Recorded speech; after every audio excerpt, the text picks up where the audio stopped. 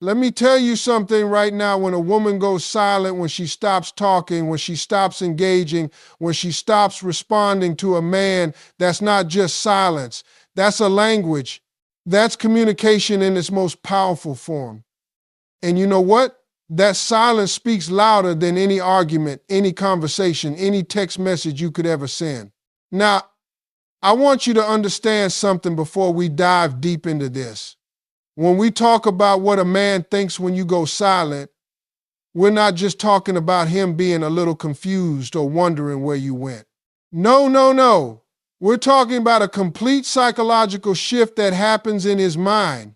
We're talking about how that silence creates a void, and nature, along with the human mind, absolutely hates a void. That void gets filled with thoughts, with questions, with doubts, with regrets, and with realizations. See, most women don't understand the power they hold when they choose to be silent. They think they need to keep talking, keep explaining, keep expressing themselves over and over again. But here's the truth. Sometimes the most powerful thing you can do is stop. Just stop. Stop texting back immediately. Stop being available every moment of every day. Stop explaining yourself. Stop arguing your point. Just be silent. And when you do that, something happens in a man's mind that is absolutely transformational. Because suddenly, you're not there anymore. You're not in his space. You're not predictable. You're not guaranteed. And that's when his mind goes into overdrive. This talk today is going to walk you through, day by day, what's happening in his head when you exercise that silence. And I want you to understand this from an educational standpoint, because this isn't about playing games. This is about understanding human psychology. This is about understanding value, scarcity, and how people respond when something they took for granted is suddenly no longer available.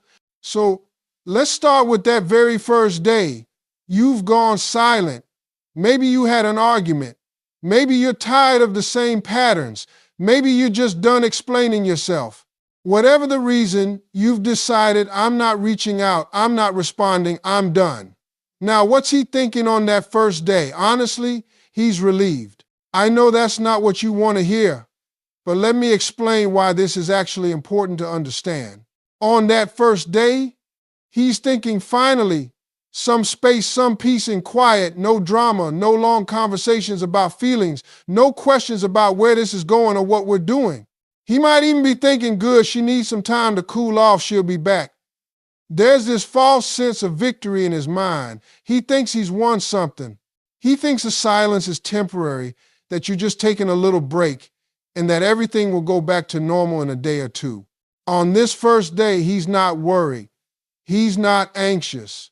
He might go hang out with his friends, play video games, watch sports, do whatever he wants without feeling guilty about not texting you back or not giving you attention. He's in what I call bachelor mode for a day, enjoying what he thinks is freedom. But here's what he doesn't realize yet. This is the calm before the storm. This is the false sense of security. Because you see, he's operating on the assumption that you'll be back. He's operating on the belief that your silence is just temporary noise, not a permanent shift. He hasn't yet realized that something fundamental has changed. And that's exactly why that first day is so important. Because while he's feeling relieved, you're establishing a boundary. You're creating space. You're showing through your actions, not your words, that you're not going to be taken for granted anymore. This is the foundation being laid for everything that comes next. Now we move into the second and third day. This is where things start to shift. The initial relief is wearing off, and something else is creeping in curiosity. By the second or third day, he's starting to notice your absence. Not in a panic way yet, but in a that's interesting kind of way. He might pick up his phone and scroll through his messages expecting to see something from you. And when there's nothing, that registers. He might think she hasn't texted me at all. Usually by now she would have said something. He might even send a casual text, nothing serious, just something light. Hey, What's up or how's your day? Just a little feeler message to see if you're still there, still engaged, still playing the game the way he's used to. And here's where your silence becomes even more powerful if you don't respond, or if you respond very minimally, like just a simple good with no elaboration. His curiosity intensifies. See, during these couple of days, he's starting to realize that maybe this isn't just a little cooling off period. Maybe you're actually different this time. Maybe something has shifted, but he's not panicked yet. He's just aware. He's noticing. In his mind, he might be thinking things like, is she mad at me about something specific? Did I forget something important? Is she talking to someone else? Why isn't she blowing up my phone like she used to? That last one is important. Because if you used to be the one always reaching out, always initiating, always checking in, and now suddenly you're not, that absence is loud. That absence is creating a question mark in his mind. And questions demand answers. His brain is now starting to work on solving the puzzle of your silence. He's becoming curious about what changed, about why you're different, about what this means. And curiosity is the first step toward him actually valuing what he had. By the fourth and fifth day, we're entering new territory.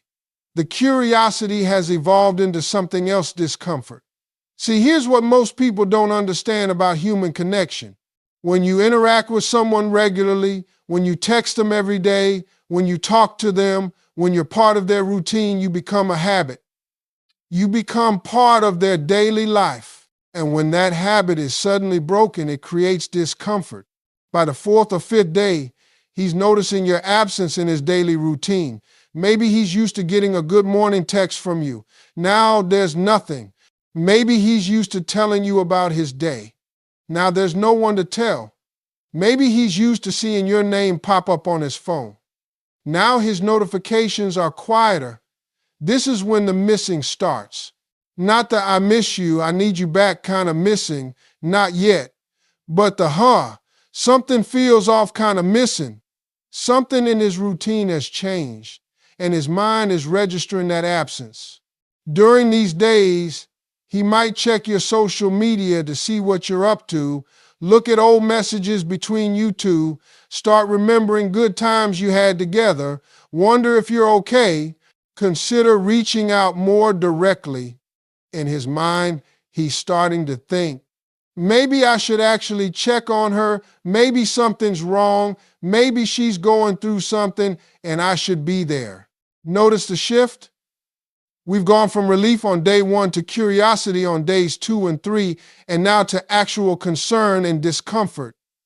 Your silence is working its way through the layers of his consciousness.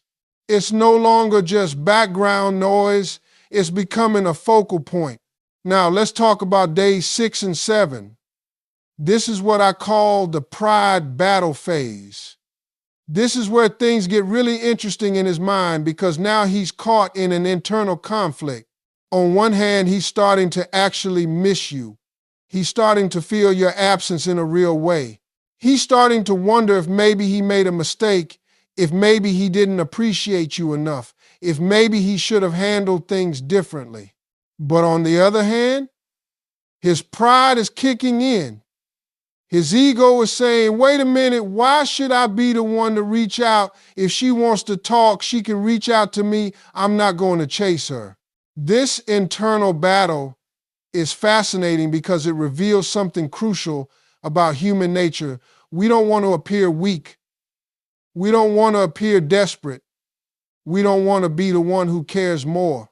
So even though he's feeling your absence, even though he's starting to miss you, his pride is holding him back from reaching out. During these days, you might get some interesting behavior from him.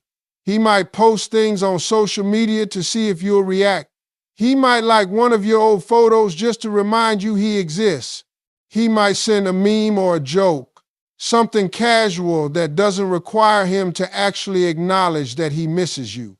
These are all tactics his mind is using to test the waters without fully committing to reaching out. He's trying to maintain his pride while also trying to get your attention. It's a delicate dance in his head. When we hit the 1 week mark, Something significant happens psychologically. A week is long enough that he can no longer tell himself this is just a temporary thing. A week is long enough that patterns have been broken. A week is long enough that he has to acknowledge something has fundamentally changed. This is when the realization phase begins. Around day 8, 9, and 10, he's starting to have some real thoughts. He's starting to replay conversations in his head. He's starting to think about moments where maybe he could have done better, said something different, shown up more. He's starting to see patterns in his own behavior that he might not have noticed before. Your silence has created a mirror, and he's starting to see his own reflection in it. This is also when the questions become more serious in his mind. Is she really done with me? Did I lose her? What if she's moved on? What if someone else has given her the attention I should have been giving her? These questions create anxiety, and anxiety creates action. He might reach out more directly now. He might send a longer message asking if you're okay, saying he's noticed you've been distant, asking if you can talk.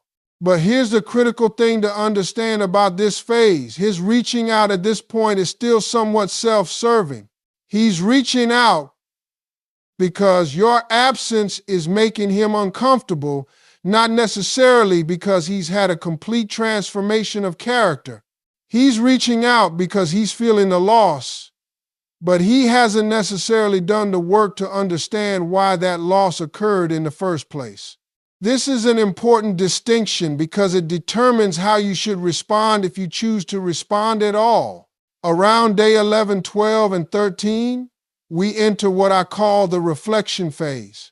If you've maintained your silence through all of this, if you haven't broken, if you haven't given in to the temptation to explain yourself or argue your point or respond to his breadcrumbs, something deeper starts happening in his mind.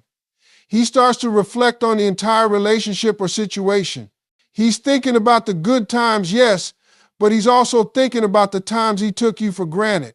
He's thinking about the times you expressed a need and he ignored it.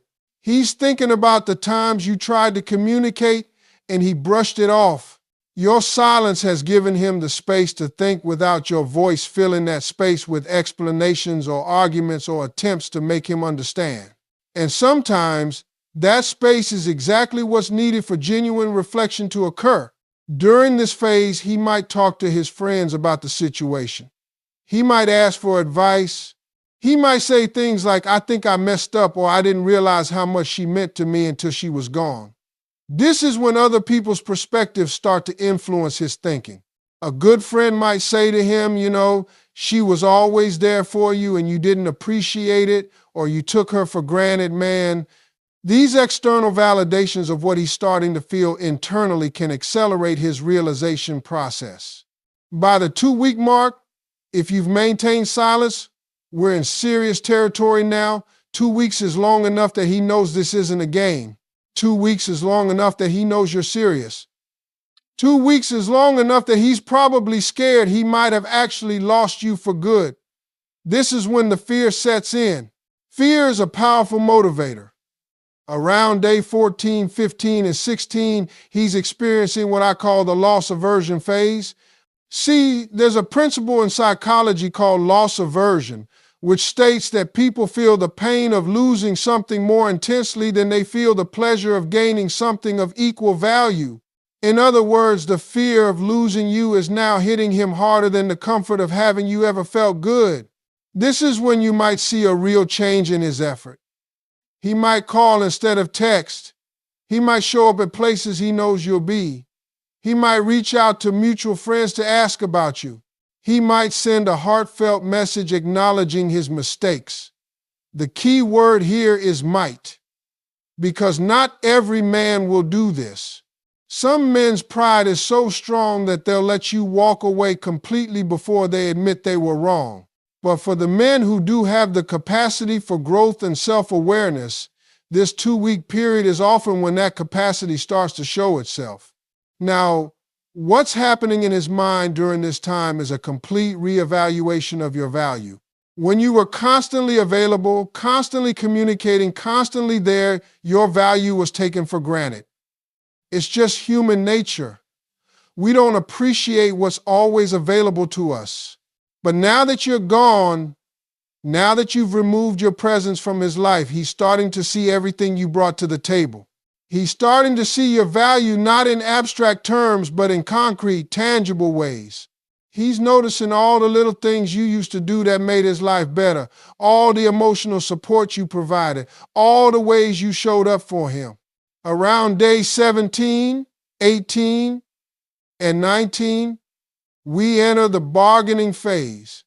This is when he starts making promises to himself and potentially to you if he's reaching out. He's thinking things like, if I could just get another chance, I would do things differently, or if she comes back, I'll show her she matters. He might be making actual plans in his head about how he would change, how he would show up differently, how he would appreciate you more. But here's what you need to understand from an educational perspective about the bargaining phase. Promises made from a place of fear and loss aren't always sustainable. When people make promises because they're afraid of losing something, those promises are often emotionally driven rather than logically thought through. That doesn't mean they're not sincere in the moment, but it does mean that once the fear subsides, once he has you back and feels secure again, those promises might fade. This is why your silence needs to be maintained, not just to make him miss you, but to give yourself time to think about what you actually want and need from this situation. Your silence isn't just changing him, it's supposed to be giving you clarity too. It's supposed to be helping you understand your own worth, your own boundaries, your own non-negotiables. As we move into the 3-week mark, around day 20, 21, and 22, we enter what I call the transformation checkpoint. This is where you can really tell what kind of man you're dealing with. Some men at this point have genuinely started to transform. They've used this time of silence to really look at themselves, to understand their patterns, to recognize where they went wrong. These are the men who reach out with genuine accountability, who don't make excuses, who acknowledge specifically what they did wrong and how they plan to do better. But other men at this point are just frustrated and angry. They're thinking, why is she making this so difficult, or she's being dramatic, or I don't deserve this treatment. These men haven't used the silence for reflection. They've used it to build resentment. And this is critical information for you because it tells you whether this person has the capacity for the kind of growth and partnership you deserve. What's fascinating about the 3-week mark is that this is often when the truth reveals itself. You can't fake genuine growth for 3 weeks. You can't maintain a facade for that long. Whatever's in his heart, whatever his true character is, it's going to show itself by this point. If he's reaching out with kindness, with accountability, with specific plans for change, that's telling you something. If he's reaching out with anger, with blame, with accusations that you're playing games, that's also telling you something. Around day 23, 24, and 25, if there's been genuine reflection on his part, he's in what I call the clarity phase. He's not just missing you anymore, he understands why he's missing you. He's not just scared of losing you, he understands what he's actually losing. He sees you clearly now in a way he didn't before. Your silence has removed the noise, the arguments, the back and forth, and in that quiet space, he's able to see you for who you really are and what you really brought to his life. This is when the quality of his communication changes if he's reaching out. It's not just, hey, I miss you. It's I miss the way you always knew how to make me laugh when I was stressed. It's not just can we talk, it's I realize I never really listened when you told me what you needed and I want to understand. The specificity of his communication tells you how deep his reflection has gone. But let's also talk about what happens if he doesn't reach out at all during this entire period, because that's possible too. Some men, when faced with a woman's silence, will match it with their own silence. And you know what? That tells you something incredibly important. It tells you that he's either so proud that he'll let something good walk away, or he never valued it in the first place. Either way, that's crucial information. See, the purpose of silence isn't to manipulate someone into chasing you. The purpose of silence is to reveal the truth.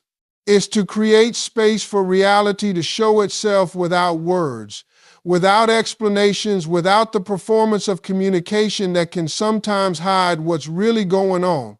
Your silence is a true serum. It forces everyone involved to deal with reality rather than potential, with actions rather than words, with substance rather than promises.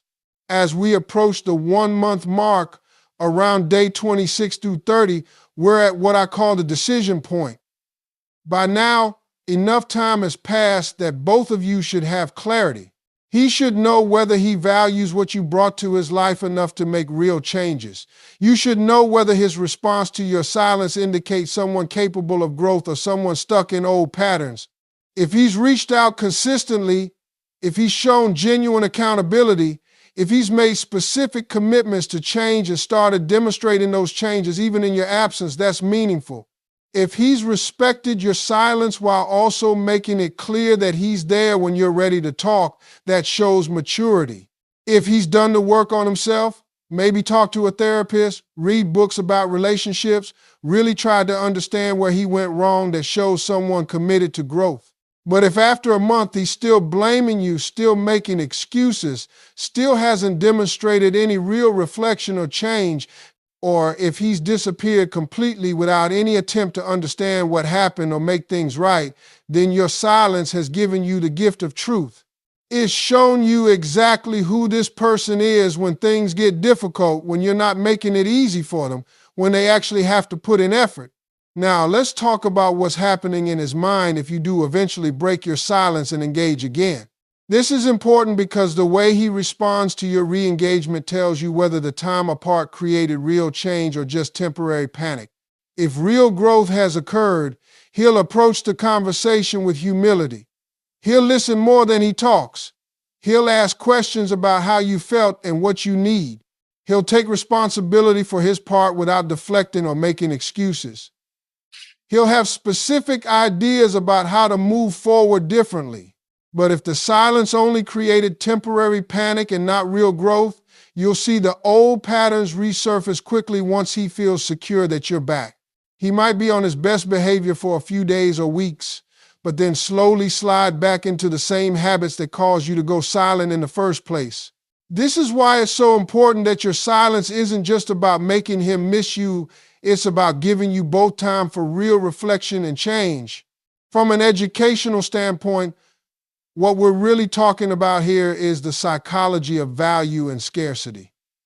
When something is always available, humans tend to devalue it. It's not intentional or malicious. It's just how our brains work. We prioritize threats of loss over maintenance of what we have. So when you're always there, always available, always communicating, your value becomes background noise in his life. It's appreciated in a vague way, but not actively valued. But when you remove yourself, when you create scarcity, the brain suddenly reprioritizes. What was background noise becomes a focal point. What was taken for granted becomes desperately wanted.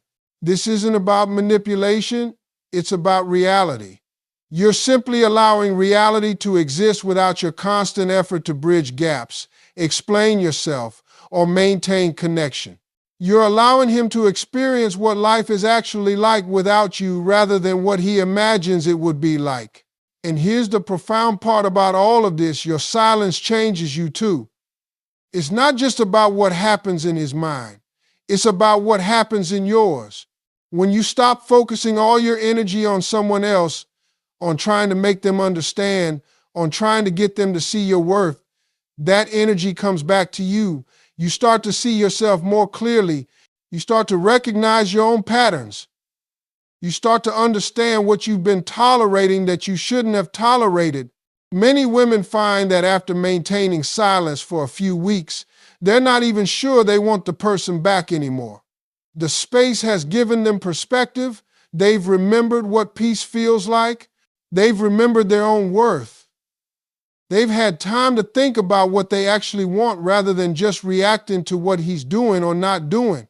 This is perhaps the most valuable gift of silence, the clarity it brings to your own heart and mind. Throughout this entire journey, From day 1 through day 30 and beyond, there's a parallel process happening. He's going through his journey of realization and potential growth. But you're going through your own journey of self-discovery and empowerment. You're learning that you don't need to convince anyone of your worth. You're learning that your presence is a gift, not a guarantee. You're learning that the right person won't need you to go silent to recognize your value, but if they do need that wake-up call, your willingness to create space shows strength, not weakness. So when we talk about what he thinks day by day when you go silent, we're really talking about a process of truth revealing itself. Day by day, layer by layer, the truth of his feelings, the truth of his capacity for growth, the truth of whether he values you emerges. And simultaneously, day by day, the truth of your own strength, your own worth, your own non-negotiables becomes clearer to you. The power of your silence isn't just that it makes him think about you. The power of your silence is that it creates space for truth to exist without the noise of constant communication covering it up. It forces both of you to deal with reality instead of potential. It replaces words with actions, promises with demonstrations, and assumptions with revelations.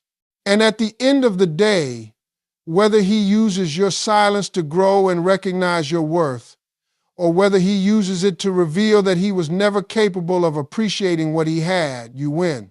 Because you've gained clarity, you've gained strength, you've gained the knowledge that you don't need to beg anyone to see your value. You've learned that your silence is powerful, that your presence is valuable, and that you have the strength to walk away from anything that doesn't serve you. That's the real lesson here. That's what understanding his day-by-day thought process during your silence teaches you. It teaches you about human psychology, yes. It teaches you about how people respond to loss and scarcity, yes. But most importantly, it teaches you about your own power and your own worth.